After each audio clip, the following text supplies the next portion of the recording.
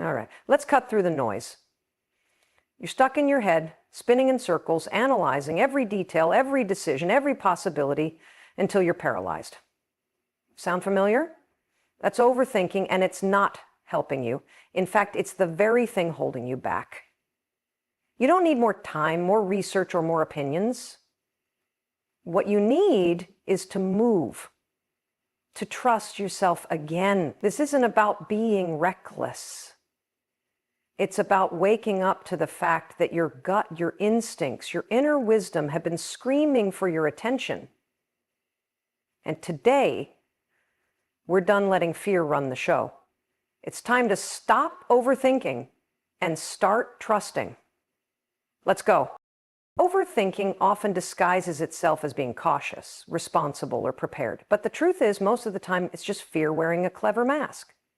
Fear of making the wrong choice, fear of being judged, fear of failing. And so we sit and spin in our minds, playing out every possible scenario, hoping that if we just think long enough, we'll magically find the perfect answer. But perfection never comes. Instead, the opportunity passes, the energy dies, and we're left with the exhausting weight of inaction. Overthinking isn't wisdom. It's hesitation fueled by self-doubt. The moment you recognize that your spinning thoughts are just fear in fancy clothes, you gain back your power. You start to see that thinking and doing are not the same thing. Thinking can keep you safe, but it can also keep you stuck. If you want clarity in your life about a decision, a direction, or a next step, it's not going to come from sitting in thought loops. Clarity is born through action. You don't figure things out by overanalyzing. You figure things out by moving. Start small, make a decision, take the next step. You don't need to know the whole staircase to climb the first step. Every time you move, you gather data, build momentum, and learn. And that's how clarity begins to form, through doing, through failing forward, through showing up. Overthinking creates illusions of certainty. Action creates real feedback. The longer you stay frozen in your head, the further you drift from the truth you're trying to find. So if you feel unclear, the best thing you can do is do something. Let motion reveal the next move. The problem is that somewhere along the way, we were taught to stop trusting ourselves. Maybe it was a failure. Maybe it was criticism. Maybe it was a voice in our past that made us question our instincts. But your intuition, your gut is still alive inside you. It hasn't gone anywhere. It just got drowned out by fear and overthinking. You already know more than you think you do. That quiet inner nudge, that feeling in your chest or your stomach, that's not just biology. That's your inner compass, and it's time to listen to it again. Trusting yourself doesn't mean you'll never make mistakes. It means you'll learn from those mistakes faster, and you'll bounce back stronger. You were never meant to live your life in a constant state of hesitation. The answers you're looking for aren't out there. They're inside. But to access them, you have to quiet the noise and start trusting your inner voice again. One of the biggest traps of overthinking is perfectionism. We tell ourselves that we'll move forward once everything is lined up just right, but that moment never comes. There's no such thing as perfect timing or perfect conditions. Waiting for perfection is just another excuse to stay in fear. Real success is messy. It's built through imperfect actions taken over and over again. Every successful person you admire didn't get there by being flawless. They got there by showing up consistently, even when it was awkward, uncertain, or scary. So stop waiting for perfect. Choose progress. Every tiny step forward matters. Every small win builds confidence. And confidence doesn't come from thinking, it comes from doing. Trust isn't a feeling that magically appears, it's a habit, it's a muscle. You build it by using it. Just like going to the gym, the more you exercise your trust in yourself, the stronger it becomes. Start small, make a decision without second guessing it. Follow through, notice that the world doesn't fall apart, repeat. Over time, you begin to build a relationship with yourself that feels solid. You stop needing validation from everyone else because you've built a foundation of inner security. That's not ego, it's self-trust. And self-trust is what allows you to move forward with courage, even when the path isn't clear. At the end of the day, the cycle is simple. Decide, move, adjust, repeat. Life isn't about getting it right the first time. It's about showing up, making a move, seeing what happens, and adjusting course as needed. It's about taking the pressure off of yourself to be perfect and instead giving yourself permission to evolve. Every decision is just data. Every action is an opportunity to learn. If something doesn't work, pivot. If it feels off, recalibrate, but move, because the cost of staying stuck in your head is your momentum. And momentum is everything. You don't need all the answers. You just need to trust yourself enough to take the next step. The rest will come. Clarity is one of the most sought-after feelings in life. We crave it when we're stuck, when we're unsure, when we stand at a crossroads and feel the weight of choice pressing down on us. We tell ourselves that if we just think about it a little longer, if we analyze every angle, gather more opinions, sleep on it one more night, then maybe we'll arrive at some magical clarity that will tell us exactly what to do. But clarity doesn't work like that. It doesn't appear from overthinking. It doesn't arise from endless contemplation. In fact, the more you sit and spin in your head, the fuzzier things get. Thoughts turn into noise, possibilities blur into pressure, and you find yourself stuck in the loop of what-ifs with no real sense of direction. Clarity comes through action, through doing, not overanalyzing. You don't think your way into certainty, you move your way into it.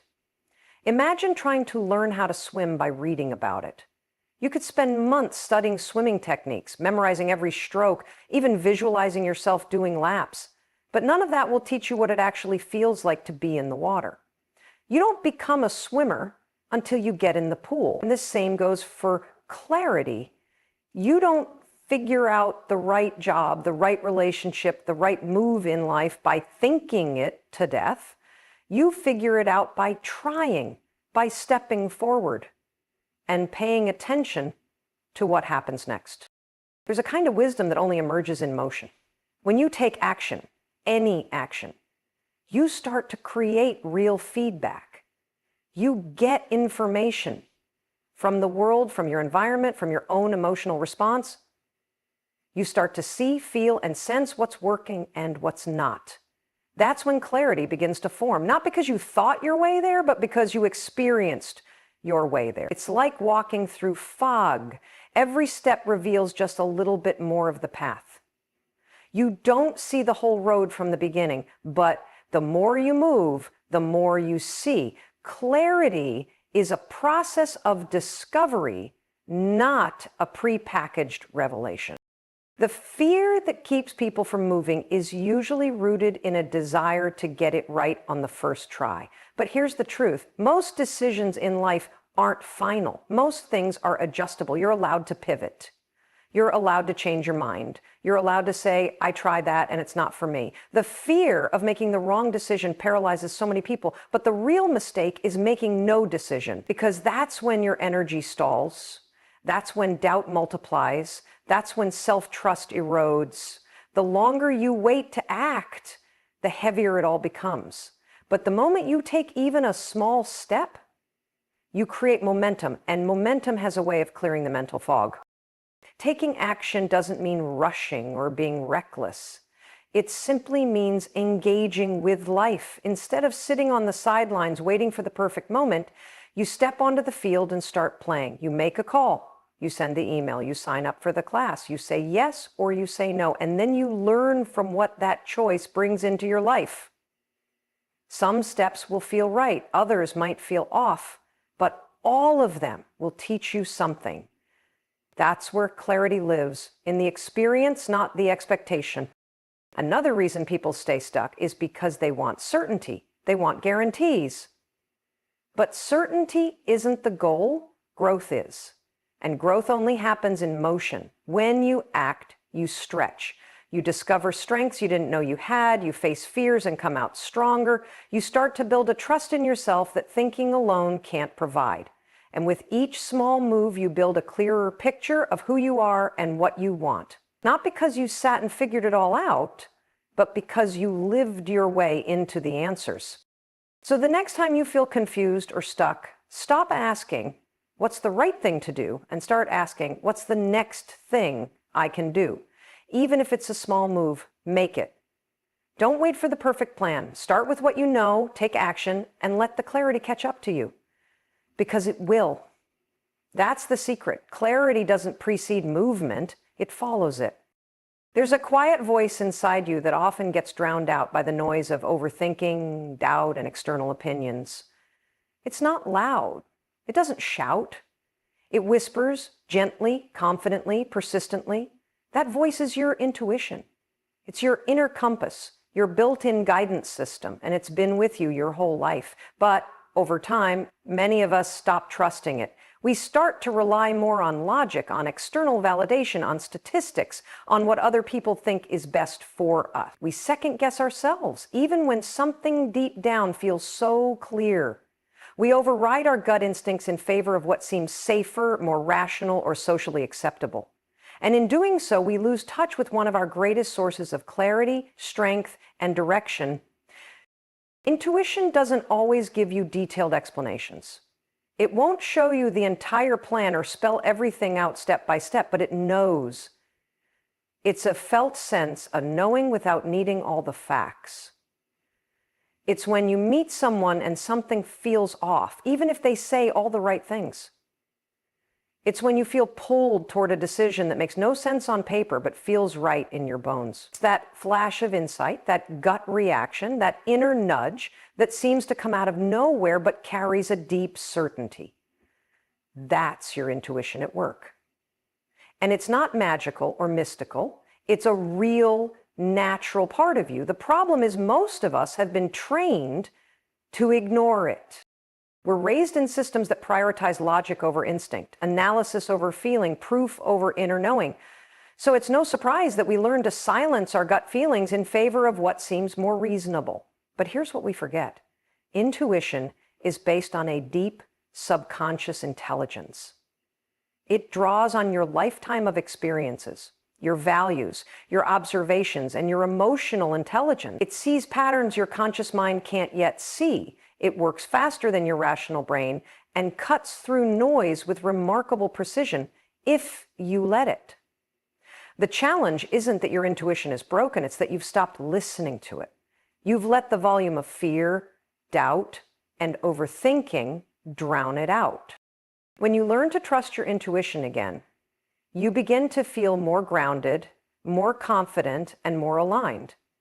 You stop needing endless reassurance from others because you start to believe in your own internal wisdom. You start to make decisions that feel right, even if they don't make perfect sense to anyone else. And over time, the more you follow that inner knowing, the more accurate it becomes. Because like any skill, intuition sharpens with use. The more you act on it, the more you realize it was right all along. And even when it leads you into challenges, those challenges often become the very things that grow and shape you in powerful ways. Doubt will always try to creep in. It'll whisper, "Are you sure?" or "What if you're wrong?" But here's the truth. Even if your intuition doesn't lead you to the easiest path, it will always lead you to the right path for your growth, your healing, and your truth. There's something deeply empowering about honoring your own voice over the noise of the world. It reminds you that you are not lost, you're not confused, you're just disconnected from your inner signal. And all it takes to reconnect is a little stillness, a little courage, and a decision to start listening again. When faced with a choice, don't just ask what makes the most sense on paper. Ask what feels aligned, what sits right in your body, what opens your heart instead of tightening your chest. Pay attention to those physical cues, because your body often senses truth before your mind catches up. Intuition isn't always comfortable, but it's honest. It doesn't promise certainty, but it offers integrity. And when you follow it, you step into a life that is more authentic, more alive, and more aligned with who you truly are. So if you've been stuck in a loop of overthinking, remember this, your intuition is still there. It hasn't left you. It's just waiting for you to trust it again. It's not reckless. It's not foolish. It's the part of you that knows. And the more you honor it, the more your decisions will begin to reflect the real you. Not the fearful, hesitant version of you, but the clear, grounded, deeply wise version. That's where your power lives. Trust it. One of the greatest traps that keeps people stuck is the idea that things have to be perfect before they can begin. We tell ourselves we'll start the project when we have all the right tools. We'll go after the opportunity when we feel fully ready. We'll speak up, take action, or step forward once we've eliminated every possible risk. But here's the truth. That moment of perfect readiness never comes. Perfection is a lie we tell ourselves to avoid the discomfort of uncertainty. It's fear dressed up as high standards. And it will steal years of your life if you let it. The most successful people in the world didn't get where they are by waiting for the stars to align. They didn't have everything figured out from day one. What they had was the courage to begin. Even when it was messy, they chose progress over perfection. They understood that growth happens in motion, not in waiting. You learn by doing, not by planning endlessly in your head. Every step forward, even the clumsy ones, gives you information, feedback, and experience that you simply can't get from thinking alone. It's in the doing that we discover what works, what doesn't, and who we're becoming. Waiting to be perfect before you start something is like refusing to learn how to ride a bike until you're sure you'll never fall. It's unrealistic, and more than that, it's paralyzing. You will fall. You'll make mistakes, you'll stumble, feel awkward, and occasionally wish you had done things differently. But that's the process. That's what growth looks like. Every mistake is not a sign of failure. It's a sign that you're trying, that you're learning, that you're alive. Perfectionism kills momentum. It tricks you into believing that if you just think long enough, plan hard enough, or wait patiently enough, then someday you'll feel 100% certain and ready, but that day doesn't come, not because you're broken, but because readiness is built through action, not preparation. Progress, on the other hand, is honest. It meets you where you are and invites you to move forward, one imperfect step at a time. It doesn't demand that you get everything right. It just asks that you show up. You don't have to leap. You just have to take a step, and then another, and then another. That's how confidence is built, not by achieving perfection, but by proving to yourself that you can keep going even when things aren't perfect. Each small step forward reinforces a powerful belief that you are capable of navigating the unknown, of learning as you go, of figuring it out while you're doing it. Progress creates momentum, and momentum creates clarity, energy, and courage. The more you move, the more you believe in yourself. You start to see that you can handle uncertainty. You realize that mistakes don't define you, they refine you. You stop obsessing over how far you have to go and start focusing on how far you've already come. And over time, you begin to feel less pressure to have it all together. You start to value growth over image, process over perfection, and authenticity over performance. Perfectionism often comes with the fear of being judged. What will people think if I fail? What if I don't measure up? What if I look foolish? But here's the thing, people aren't inspired by perfection. They're inspired by progress. They're moved by your willingness to be seen in the middle of your journey, not just at the end. Your imperfect action might be the very thing that gives someone else the courage to begin. Don't have to have it all figured out to make a difference. You just have to be brave enough to try. So stop holding yourself to an impossible standard. Stop waiting for the perfect plan, the perfect timing, the perfect version of yourself to appear. That version doesn't exist. What exists is the you who is willing to take action today, right now, with what you've got. That's the version that builds dreams.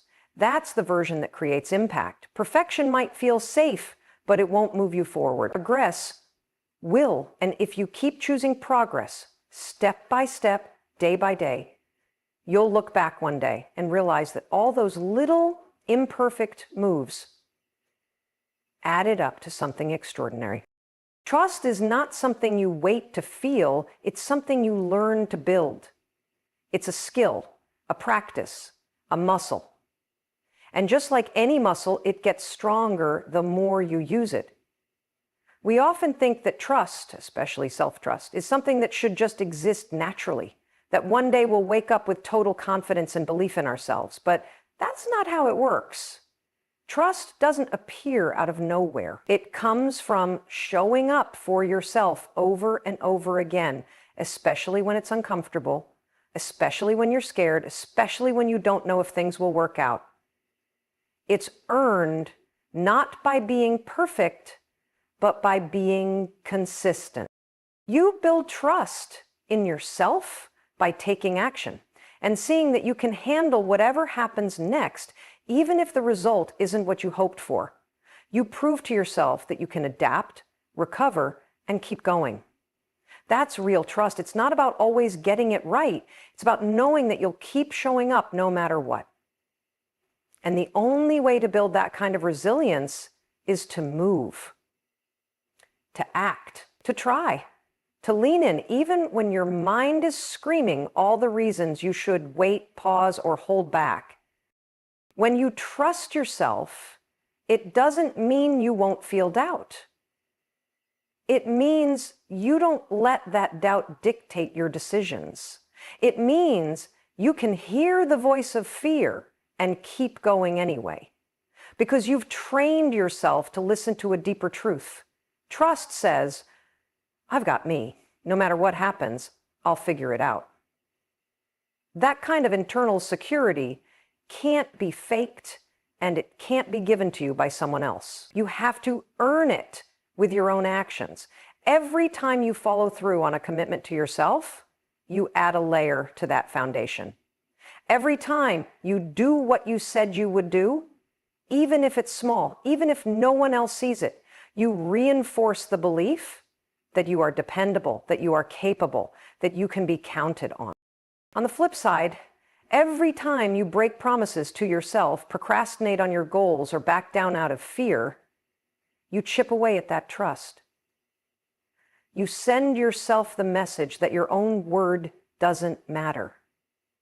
Not something to feel ashamed of, it's something to become aware of. Because once you see that, you can change it. You can start showing up differently.